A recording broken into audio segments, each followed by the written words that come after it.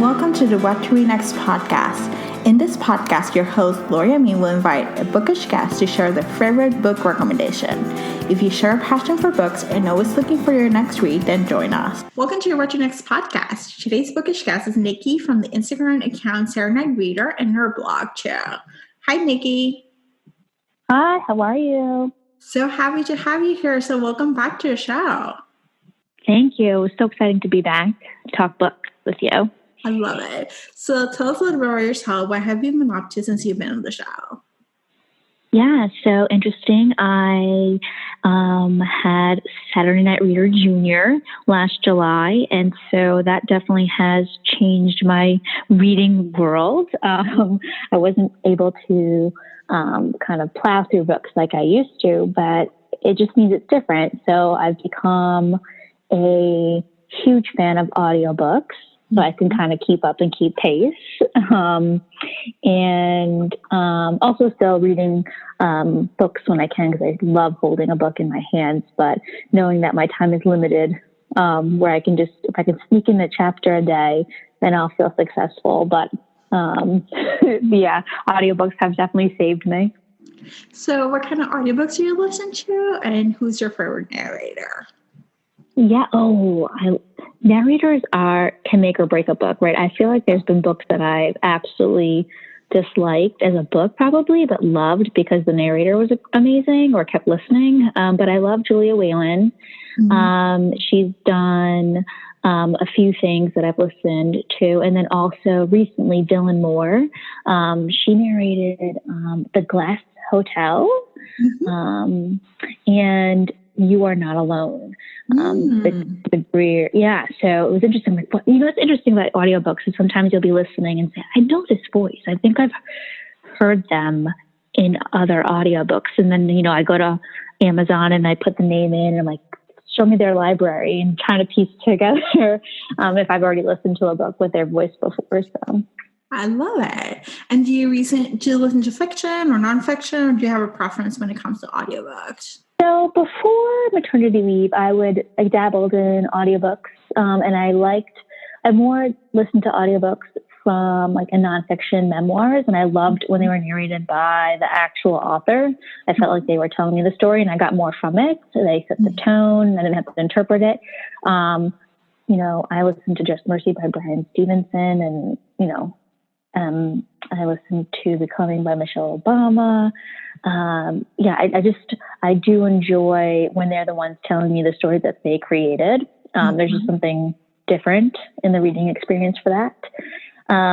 But recently I love a good rom-com, funny, silly story. One that if you miss a piece here and there, it's okay. You can kind of keep going. Sometimes I find with literary fiction, if I miss something, I have to rewind, and it takes me longer to listen to the audiobook than actually reading the book. So It just depends. It depends if I'm reading or listening to it because I have to finish one for book club, or if my library loan is about to come up, or if I was just kind of intrigued by it because everyone's talking about it on Bookstagram. I listen to all kinds of audiobooks, really, and try it out. I love it. So have you listened to Jessica Simpson's memoir? I have not. Does she narrate it? She narrates it. She cries. She spills the tea of her love life. She talks about Joe, her dad, and she goes there. So it's actually a really good listening experience.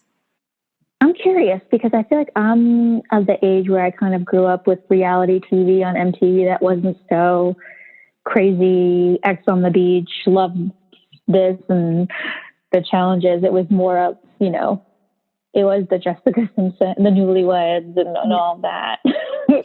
So I did watch that when I did dabble in some reality TV back in the day. So yeah, so if you're watching Newlyweds, even if you're not a Jessica fan, like I heard a lot of people who have listened to it, and it's such a great experience. She sings some songs and everything, but there's something to be said. Like you feel like you're at the end of the book. I was going to say at the end of the show. At the end of the book, you feel like you're her friend. Like she just puts herself up and she's vulnerable, and it's just like such a pleasant experience of her reading the book and just like sharing her story. I definitely have to try that now. Okay. writing that down. Try it and let me know what you think. I've become a Jessica convert. I'm like an evangelist. I'm like, you gotta listen to this book. No, Like, she's smart. I mean, listen, she hasn't been doing a lot of music, but in terms of her fashion empire, I mean, yep. she really is smart. So I know like the perception of how she was on Newlyweds, but you know, that's just personality. I mean, but you know, you have to give it to her. She did it right. So yeah, I think there's a quote that she says. So Joe was telling her, Nick was asking for more money in the divorce settlement, and Joe was like, "Don't give her more money. Don't give her more money." And she's like, "I'm gonna give her more money. Like it doesn't matter. Like I'll just give her." And then she was like, "You know, I end up being a billionaire." Like she's like, "The money came back to me as a billion." So yeah, it's fine. Good for her. It's good for her. All right, let's get out of the tangent and let's talk about books. So, what is your idea? Okay. What type of plot? So, So, you know, honestly, when you really think about it, reading mood is everything, and especially in this quarantine where I need something light and fun. But rom-coms are always my go-to, but I feel like I need them more. I love the friends to lovers or enemies to lovers trope. It has to have witty, chemistry-filled banter. I love dialogue. I mean, I like books that have some background descriptions, but when I see the dialogue back and forth on the page, I'll like keep whipping through the chapters. I really look forward to that part of it. You know, it doesn't have to take itself too seriously. It can be outlandish and crazy and over the top, but that's the whole purpose of the book, right? So as long as I feel like the two main characters, I want them to be together, I'll keep going. So what kind of rom-coms have you read during the quarantine? So I read The Happy Ever After Playlist by Emily Jimenez. Oh my gosh, I read that in one day. I was having such a bad reading go. I had DNF'd 3 books in a row. I just had no reading mojo, and on top of the fact I couldn't read as quickly. So like these 3 books took like 2 weeks or 3 weeks of my time, right? And I had just got it in the mail, and I said, you know what? Let me just give this a go. And I started it, and less than 24 hours later, I was finished. And telling all my friends to pre-order it. It was totally up my alley. You know, the rom-com, the banter back and forth, and you know, as my name, Saturday Nite Reader, Saturday Night Fever. I love music. I think I love music more than books. And so this book incorporated music a lot, and each chapter was a song. And I love that kind of indie artists or artists that are not regularly played on the radio. And there were a couple of artists that made the cut that were on my Spotify playlist. So I just felt like this book was my spirit animal, if it could be one. So that got my reading mojo back. And so immediately after that, I picked up Beach Read by Emily Henry. And I loved that one too. I just did. I won't, won't go into it too much because I want people to experience it. But it's been a nice one after the other on that. So now I just got to find my next one. I love it. And Beach Read has been off the charts on Instagram. Like, actually, I have part of a couple of reading groups, and they'll have been talking about reading this book. Like, even my book club, they're like, I'm not reading the book club, I'm reading Beach Read. And I'm like, okay. I need to pick it up. There's just something about, like, making a cocktail and pretending you're on vacation and reading the book. There you go. Yeah, just transporting, get an ASMR beach, room in YouTube, and just be like, exactly. Exactly. That's awesome. So now let's go to the other side of the coin. What are your least favorite qualities in a book that you should avoid?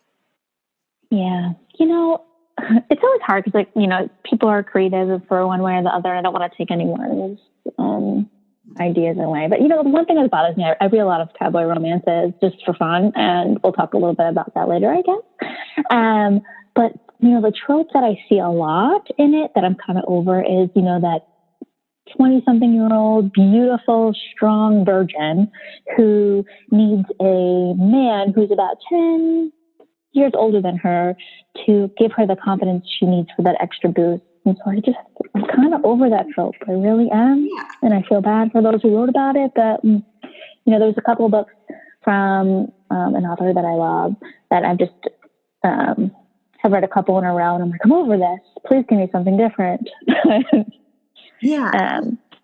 Yeah. I think for me, like I have issues when the heroine has low self-esteem and expects the hero to save her and to give her self-esteem. I'm like, you don't get self-esteem that way. I'm like, I need strong, I know. Like who can take life as it comes and just are confident and they feel good about themselves. Exactly. Again, I know before I said the outlandish, it's great and creative, but I still do want it to be slightly believable, where I feel like that to me is not very believable. So yeah, true. So, all right, let's talk cowboy romance. So why do you love this genre?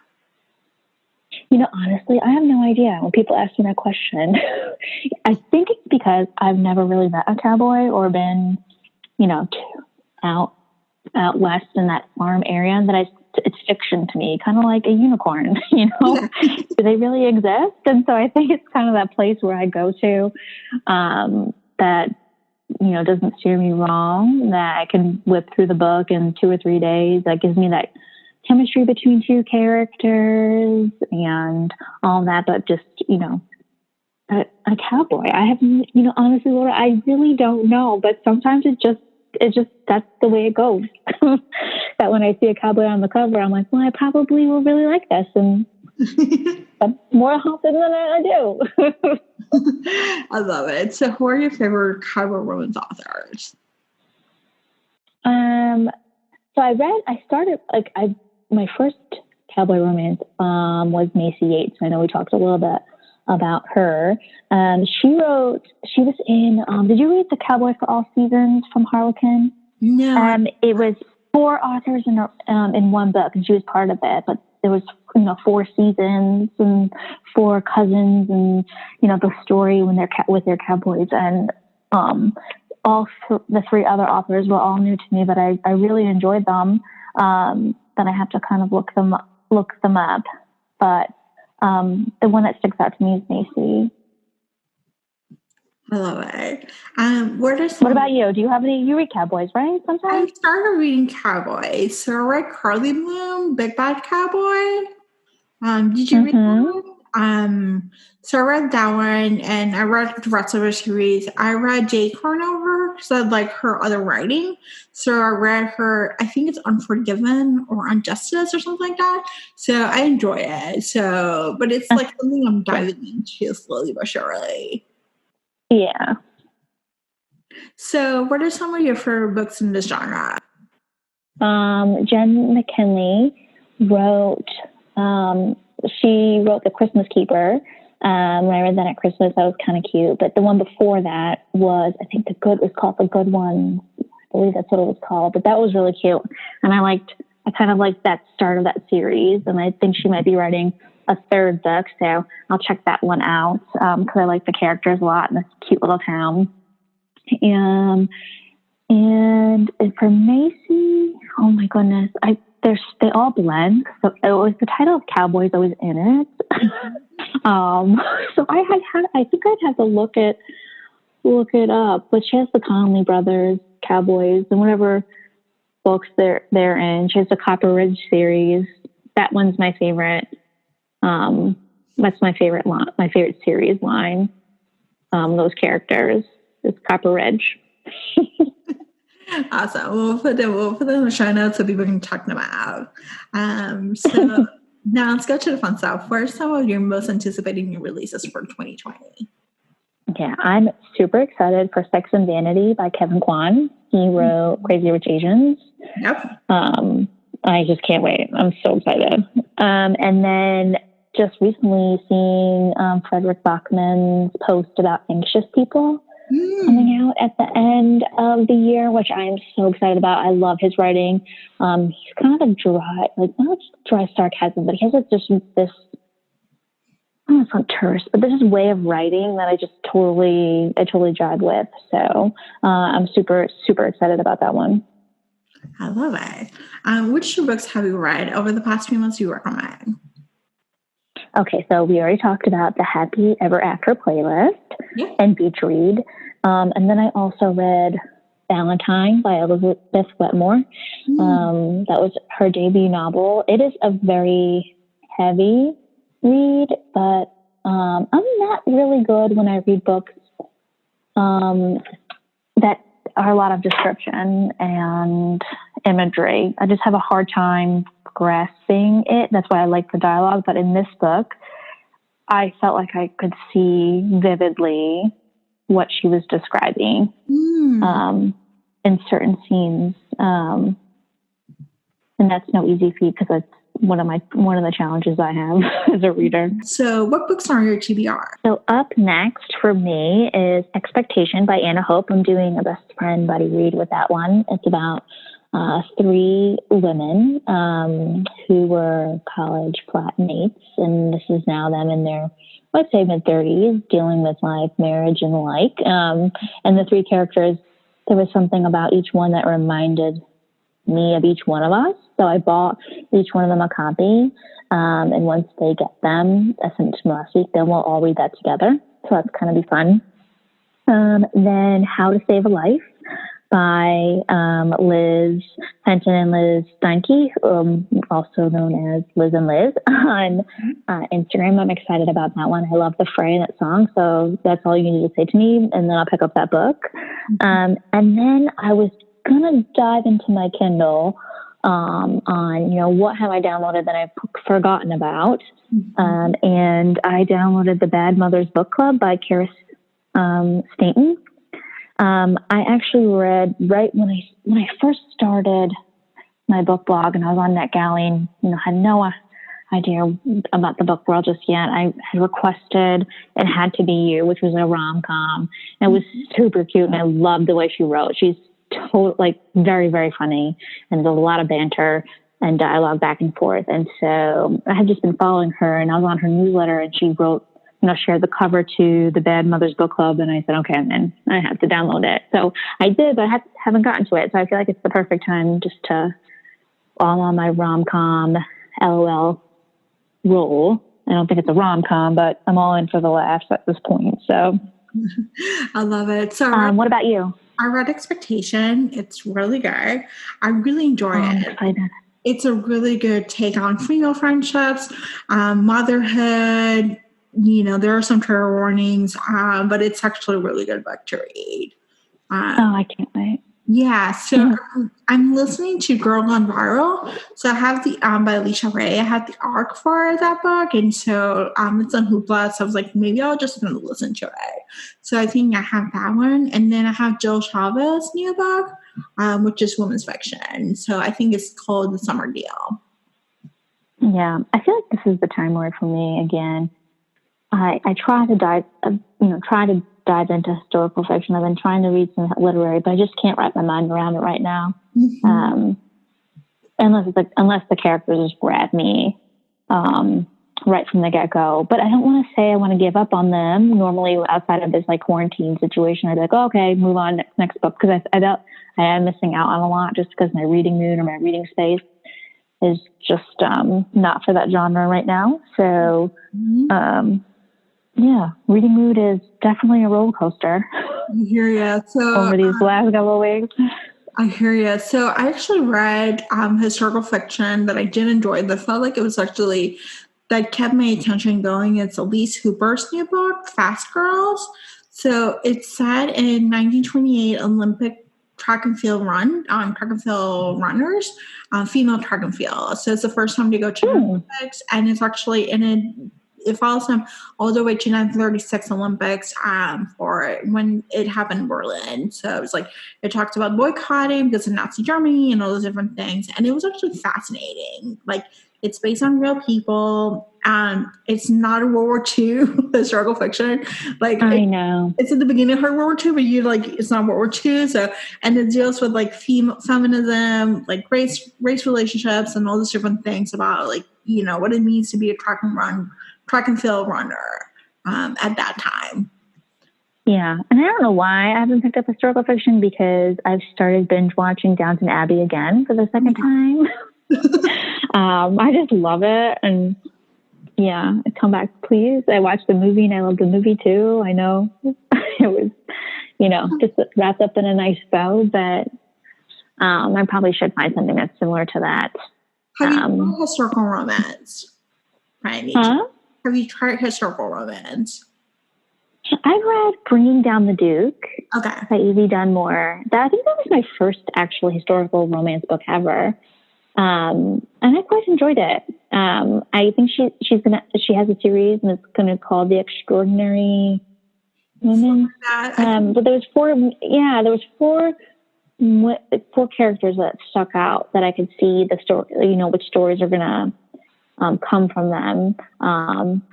And so I'm looking forward to her next book. And I will say, the book cover to the first book and the second book is very appealing, that I would want it in my library for that reason.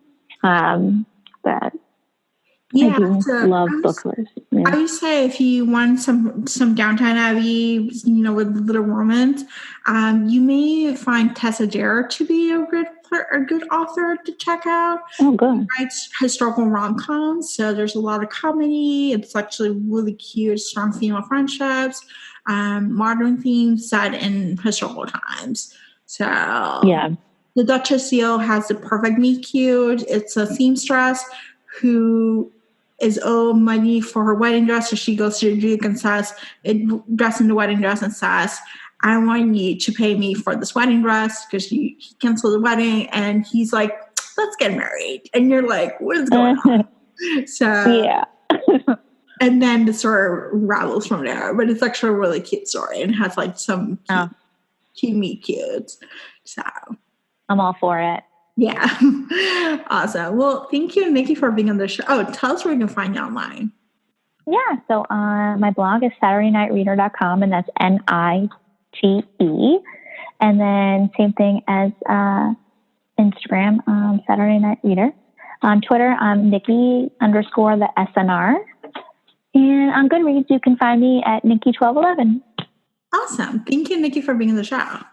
Yeah, thanks for having me. It's always nice to talk books. If you enjoyed this podcast, feel free to share with friends, subscribe, or rate and review the show. This is the easiest way to support this podcast. Want to join a romance-loving community? Want weekly book recommendations, monthly author Q&As, and book recommendation meetups? Make new friends? Then join our Patreon community. To sign up, please follow the links in the show notes. What to Read Next podcast is part of the Frolic Podcast Network. Find more podcasts to love on frolic.media/podcast. Thank you so much for listening and have a great day.